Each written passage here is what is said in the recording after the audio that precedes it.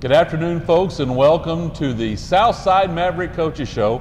I'm Don Tate, and I'm joined, as always, by head coach Jeff Williams. Coach Williams, good to see you. I'm glad to be here. Tell you what, Coach, we get started early this year. We bring in the #1 ranked team in the state, Har-Ber, an old 7A West foe. Games have always been very good with them. I'll tell you, Coach, when they got off the bus, they looked big. Well, Har-Ber's always big, and rightfully so. You know, they're preseason #1. They had a lot of guys back defensively, very, up front wise, very, very big. I think, the secondary is extremely fast. They got a good quarterback. He threw the ball really well, and they got some really speedy receivers. And that's probably the biggest thing going into it. I didn't realize how fast they were until they got out there. You see it on film and things like that, but those guys could really run. But, I was really proud of the way our guys played. I thought we played extremely hard, and we're a young football team, and looking out there, it's, at the beginning looked like, a young football team versus a veteran football team, but our guys really responded, and as the game went on, we got better and better. Well, no, you were right that we did look young. We had a lot of new faces, and we had some faces in different places than we had last year. And then already this year we've been hit by the injury bug with Darren Davenport going out in the Alma scrimmage. Got to be a big loss for us. Well, it is a loss. We lost him last year, and I hate it for Darren because Darren's put a lot of work in. People, behind the scenes, you don't see what a guy goes through. I've tore my ACL a couple of times playing, and it's just the grind of getting back, and not just physically but mentally. And he worked himself to death at getting back, and we protected him pretty good this summer, and just hate that he turns around and tears his other ACL, and you hate it for Darren, #1. But last year when he went down, I didn't think we were very prepared for that situation, and we were really thin at linebacker, and it really affected us. This year, obviously, it's going to affect us because the type of caliber player he is. But our guys, we got a little bit more depth there, and guys got to step up, and they did. Well, Coach, we get started in the first quarter. The flip. Har-Ber wins the flip. They defer to the second half. We receive the opening kickoff, start out, get a good first down, and all of a sudden go 3 and out after that first down. We punt to their 22-yard line. It was a 47-yard net punt. One of 2 or 3 really big punts by your new punter, Adam Puckett. Oh, he did a great job. He's a sophomore, and you never know what's going to happen when you put a sophomore out there. One thing offensively, which seems like, we started on our 20, had to go 80 yards, and got a first down coming out. And then Adam, Garrett Cool was our deep snapper, had a great snap. Our coverage was awesome, and he did a really good job for us. He's really worked hard at it, and he's going to be a weapon for us as the year goes on. Well, after we pin them back on their 22-yard line, Har-Ber does kind of what Har-Ber does. They go 12 plays and 78 yards for a touchdown on us. A good mix of throwing and passing. They look like the #1 team in the state, Coach. Well, they did. They came out, and they were very good offensive line-wise. Obviously they're a lot more bigger than we are, but our guys are fighting. We got a matchup problem one time where they got their best guy and it's on a deep ball, but our guys kept fighting. We missed some tackles at times when we thought could have had lost yardage plays, but they're a very good football team. That's why they're ranked #1. Well, no doubt. We get the ball back on the kickoff. We go 3 and out. Once again, Puckett nails a 45-yard net punt for those guys. They're on their own 28-yard line, and once again, our youth and inexperience shows up a little bit. They go 8 plays for 72 yards for their second touchdown. At that, the first quarter's over. We really only had 40 yards of offense in the first quarter, and it's like they've kind of hit us in the mouth, and we're trying to catch our breath. Well, it is, and I'm sitting there as a head coach and watching these guys. First game, you don't ever know how, especially young guys, are going to respond, and that'd been easier for us to just throw in the towel, but our guys kept fighting and kept playing hard, and we had some execution things that we had to get fixed a little bit, and you don't know. And the first game's always hard because the only thing you have is your last year's film with them and in a scrimmage game. So what are they going to do? Coach Fimple, who was here for a long time with us, he does a great job on defense, and what exactly was he going to do? And once we kind of figured that part out, offensively we got going. But there's always the unknown. But I was really proud of our guys the way they kept fighting, and then we just had to execute better. As we start the second quarter, we get 2 or 3 plays in it. We have a turnover. They get the ball back. They go 73 yards in 4 plays, had a 33-yard pass across the middle that got us a little bit. They kick it back to us. All of a sudden, we start to wake up a little bit, and Southside looked like Southside. We go 13 plays and 80 yards for the touchdown, a 47-yard pass to Brendan Ulrich from Tate, and started to look like a Southside team again. Well, it did, and you know, we saw what they were doing a little bit, and hit the back out. Brendan come in and did a good job and hit the back out of the backfield for a big gain. And once, you know, sometimes in a game, that one play can really just turn everything around a little bit, you know, the confidence level. And I thought that play was a big play for us, and, you know, we got it down there and scored. Well, now we've got our breath a little bit. They're up, 21-6. We get the ball back to them. Here they go again. They go 4 plays for 61 yards. Big 47-yard pass, and they score on the tackle-eligible play in the end zone. Yeah, they brought their nose guard came in, played a little tight end, and you know, that's, you know, they've been 100% run, but, you know, we don't get much film on that, and, you know, that part of it, they did a good job of scheming that up, and we went with the fullback and didn't hit him or cover him, and he was open and scored. Last possession of the first half, we kick in again offensively. We go 12 plays, 80 yards, big 34-yard pass to Tyree Sullivan on a great catch to set us up for the Southside touchdown. Yeah, we're sitting there for the last part, and we got to go score, you know, and that's where we got to go fast and to mix it up pretty good. And Tyrese had a great game. Tate had good stats, and we'll talk about that later on. But Tyrese is a guy that he's an explosive player. You know, I feel like offensively this year was different from last year. We didn't get a lot of explosive plays. We got the capability of getting those explosive plays. And really, you know, people talk about third down percentage and red zone and all that stuff. But I heard a guy talk one time with their face coach, Blake Gibson at Arkansas State, said they didn't study. It's all about turnovers and explosive plays. If you win those 2 areas anymore, you're usually going to be in pretty good shape. And we're excited about Tyrese being a big playmaker. Coach, you're certainly right about big plays and turnovers. There were several times in the first half where our defense had their guys in the backfield and just couldn't quite make the play, and after that they would end up having big plays from that. Yeah, we got back there a couple of times and just missed tackles. I know, you know, thinking back on it, and, you know, we had him twice in our hands and just didn't bring him down and make the play. And a lot of times when you get an opportunity like that, you got to make that play, and he would scramble out or, you know, buy some more time. And it's hard to be on the back end, you know, covering for a long period of time. But you know, that's youth right there. That's, you know, getting more experience, the more they play, we're going to make those plays later on down the road. Well, Coach, it's 35-13 at the half. We'll be back to talk about the second half in just a moment.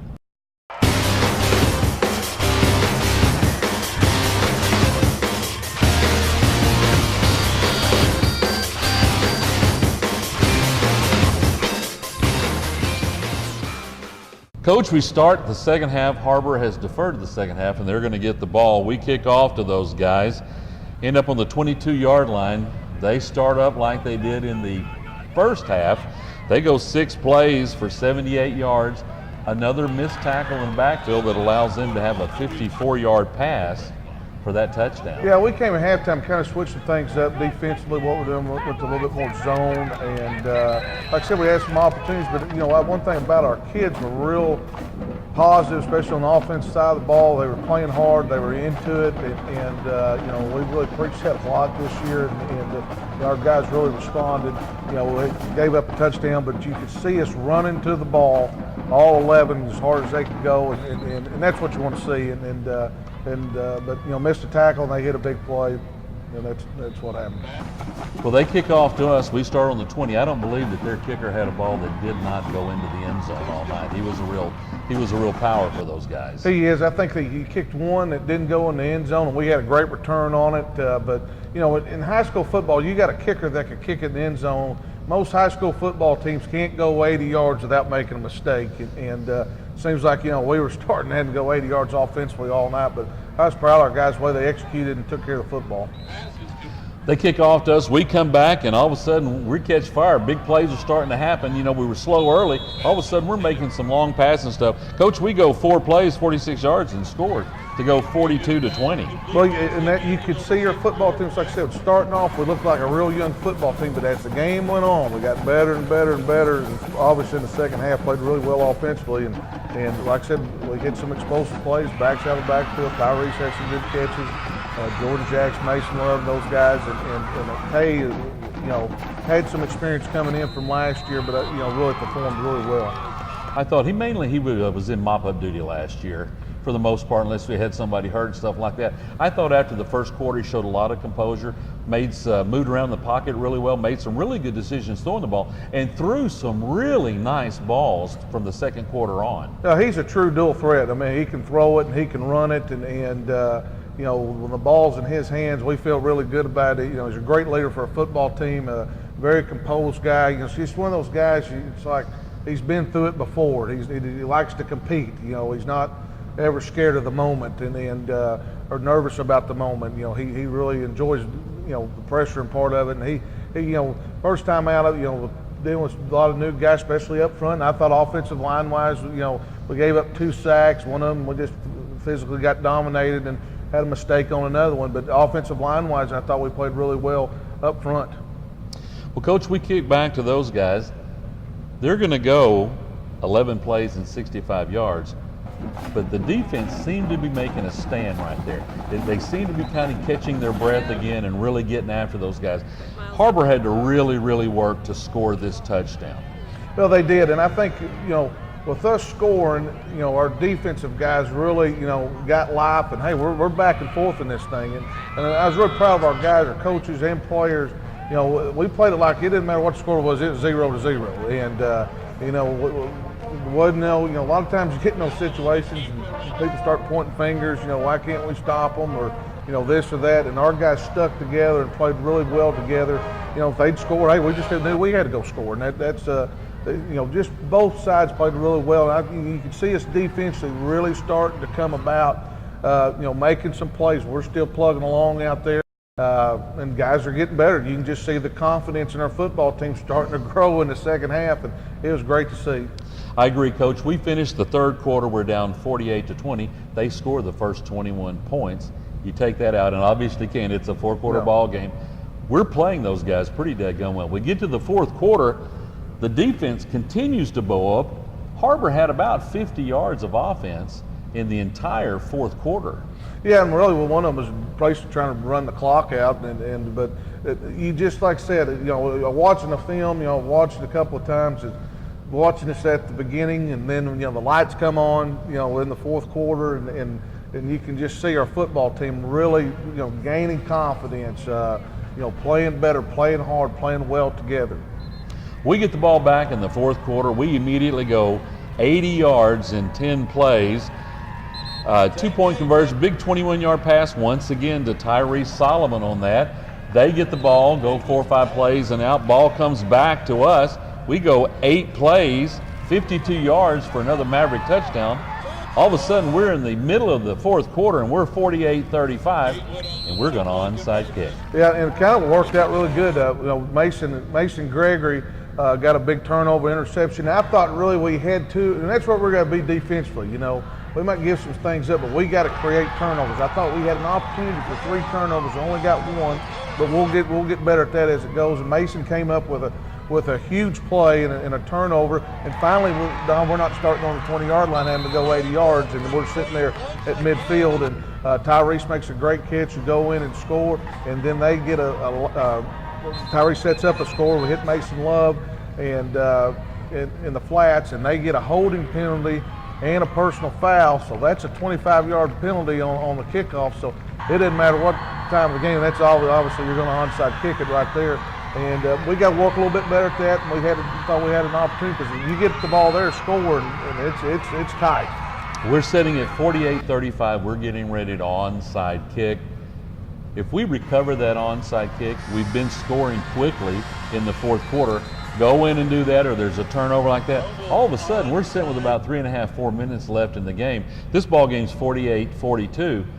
They make a mistake, Southside may come all the way back from a 21-point deficit and win this game. Yeah, and that could have happened, but it is what it is, and you earn what you get. And but But like I said, I was real proud of the way our guys played, the way they did it, and especially we'll talk about, you know, the last drive there. We don't have any timeouts. It's 2 minutes or something. They're, you know, a lot of times, you know, people get a late touchdown. Our kids fought to the very end, the last play, and that's, I really like this football team. I've been telling people this all summer. You know, we've got guys that really enjoy football and like to play and like each other.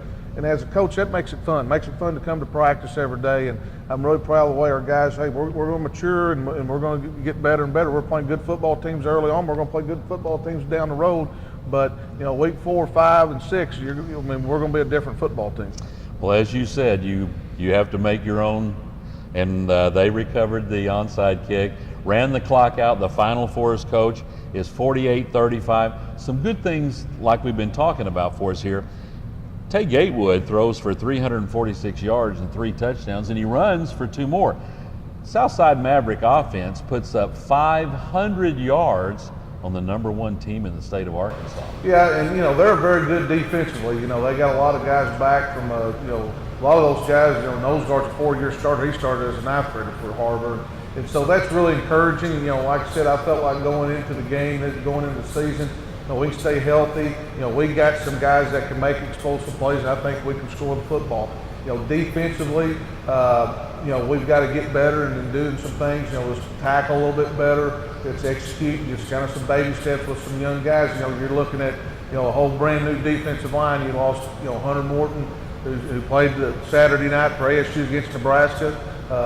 You know, he's a Division I player, Davion Johnson from last year. And so we've lost some really key defensive linemen, and Coach Boone's done a good job. I think the biggest one weighs 205 pounds, but he plays a lot of bodies, and those guys got to continue to get better, and the linebackers and our back end. I mean, really, Jed Coleman started against Northside last year.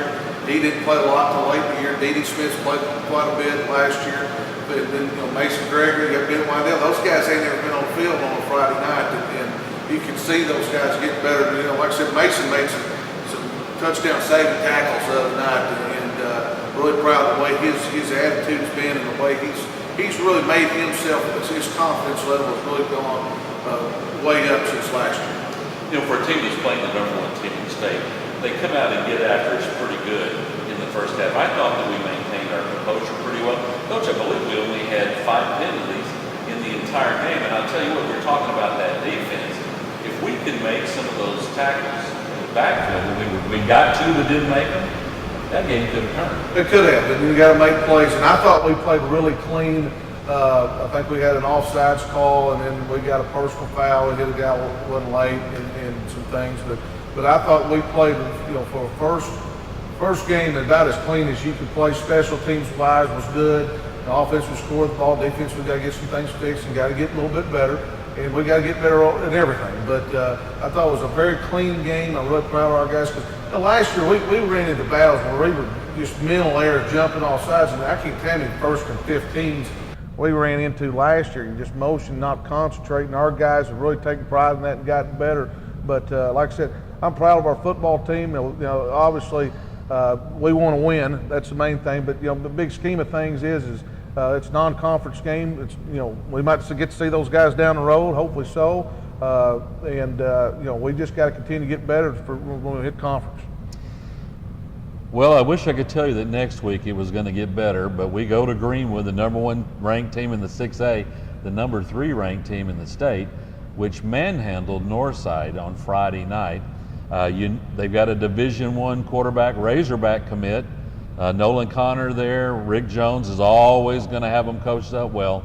We go down there, we're going to have our hands full. Well, they are. They got a really good football team. They got a good program. Coach Jones does a great job with them. The quarterback is no doubt the best quarterback in the state, and he's a Division I guy. He can make all the throws. And I tell you, probably the unsung, just watching on film, the unsung heroes of that bunch is their defense. They probably impressed me more defensively.